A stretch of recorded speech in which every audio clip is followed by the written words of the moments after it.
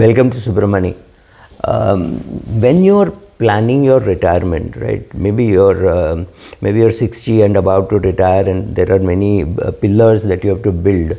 The first thing that you should do is take your tax return, take your investments, and sit with a chartered accountant who understands both taxation and investment. Because I've seen many people behaving very, very poorly from a tax point of view. I mean, collecting dividends from mutual funds because you need a cash flow is very wrong, right? What you need is cash flow. You don't need income. So understanding the difference between cash flow and income, and the most efficient way of withdrawing. For example, in the mutual fund, you're much better off with a growth option, not touching it for 2-3 years, and then starting to do a systematic withdrawal plan. However, not every financial advisor understands this, and not every chartered accountant understands investment. So sitting with somebody who understands, to me, is the first important thing that you should do. So tax planning, and I'm not saying tax cheating or anything, just tax planning. Making sure that if you are the husband, your wife has 12 lakhs of income, then there is nothing much you can do, but otherwise her money can be kept in bank fixed deposits without worrying about taxation.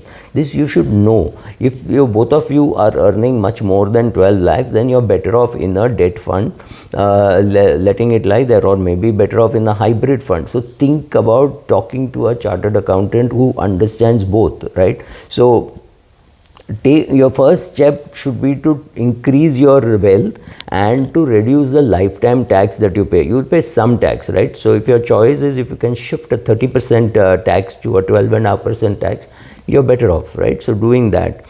So please review your tax return, and if you are in the US, prepare for minimum distribution from your social security, converting your Roth ARAs, right? So get into all that. So consider Roth conversions, and then also, if you are going to give charity, maybe you start giving charity early.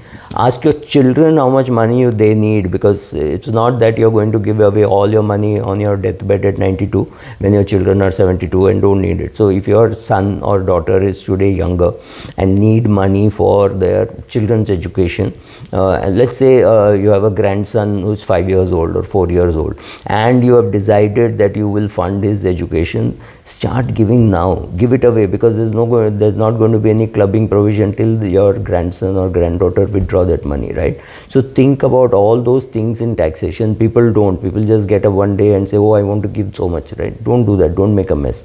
Second, plan your investment, because see, your investment should protect you. When I say protect you, I mean medical insurance, term insurance if appropriate. If you've got some loans, you need term insurance.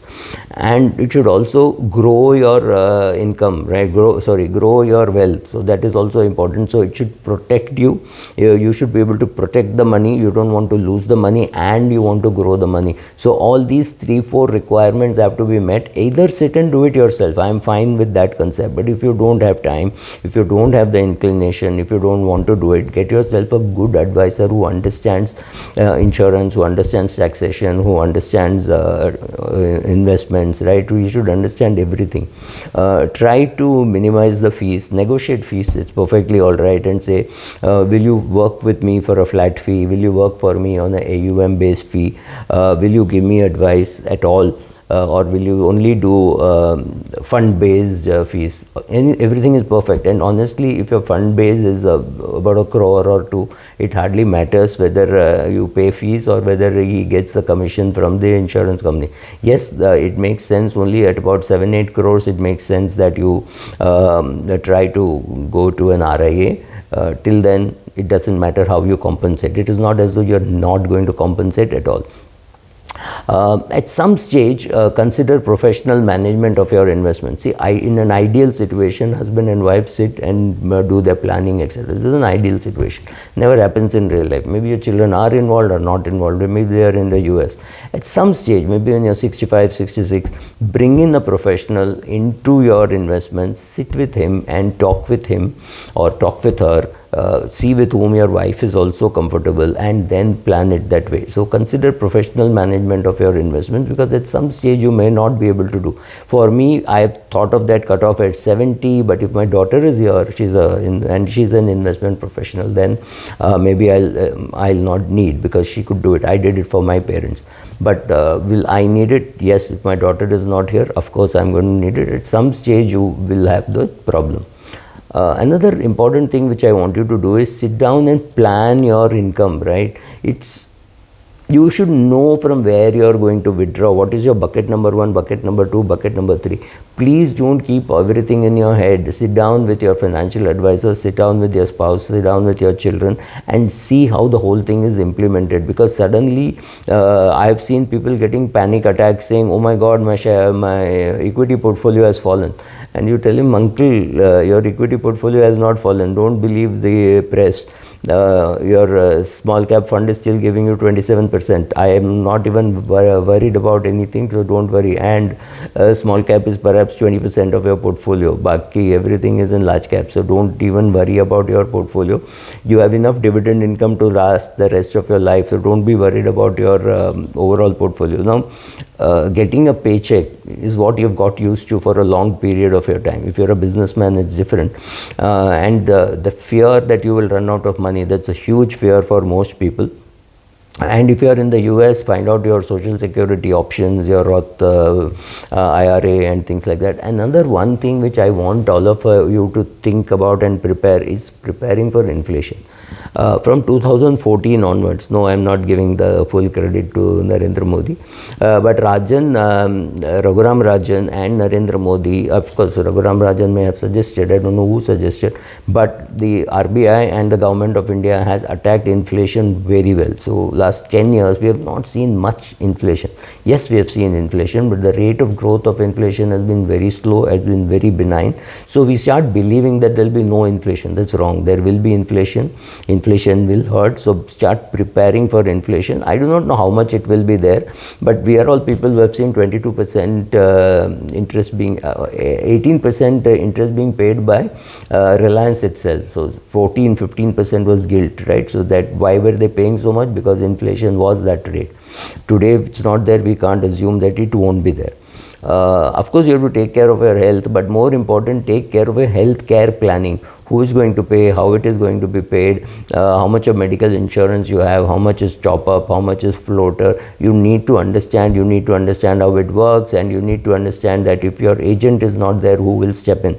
So either go to an agent who has got a backup, or you look for a new agent who has got a backup, because if the agent dies when you are 85 and you are alive, then you are going to have a problem making the claim, etc. So healthcare planning, I'm not saying healthcare funding. Of course, healthcare funding you have to take care of, but healthcare planning. Understand what are the options that are available, understand how much of insurance you have, how much of floater you have with your wife, and in case your wife dies, then you don't need the floater, regular insurance should be sufficient, right? So how much of top up you have, what will you need, how the documents will be made, who will make the application. Knowing all that, conveying that to your spouse, conveying that to your children is a very important step in healthcare planning. I have done a separate video on long-term care insurance. Please look at that. India does not have long-term care insurance. You have to provide for long-term care expenses by yourself, right? So that is one thing. And second, in every insurance claim there will be something which are out of pocket, which will definitely not get covered. Take a very simple case. Ambulance may be covered, but if you don't need an ambulance to go and you take a taxi, 10 times during that, and it costs you 200 rupees, that 2000 rupees is not going to be covered, and your spouse may have to eat out or may have to sit in the hospital, eat in the hospital. Those things will not be covered. So you have to be careful as to, there will always be some out of pocket expenses for which you have to know from where the money is going to come. In my case, it's going to come from my healthcare fund. Another important pillar of your retirement planning has to be your estate planning.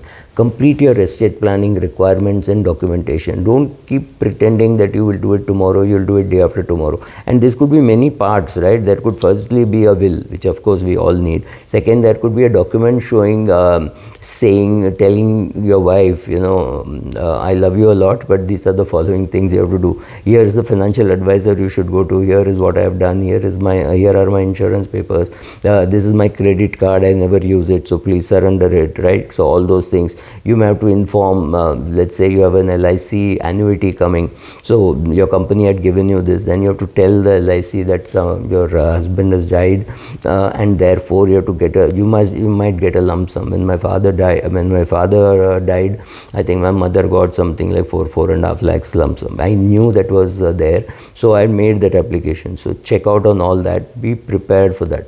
And if you're a woman, please be prepared for widowhood, how we are going to handle all this. So sitting with your husband and paying the monthly electricity bill and telephone bill, etc. Yes, everything is being paid online, and if you are sensible, you should be paid through your credit card. Your husband's credit card or wife's credit card doesn't matter. The process of how it is to be paid should be learnt by both people, right? And the estate planning, I'm talking of the first thing which I said, plan your taxes. Plan your total taxes that you will pay over your lifetime. So you're deferring the tax, say what will happen. Also, I think if you're in India and you're 60 years of age, I think you are going to see the estate duty coming back. So some of those things will happen, but right now you don't have to worry.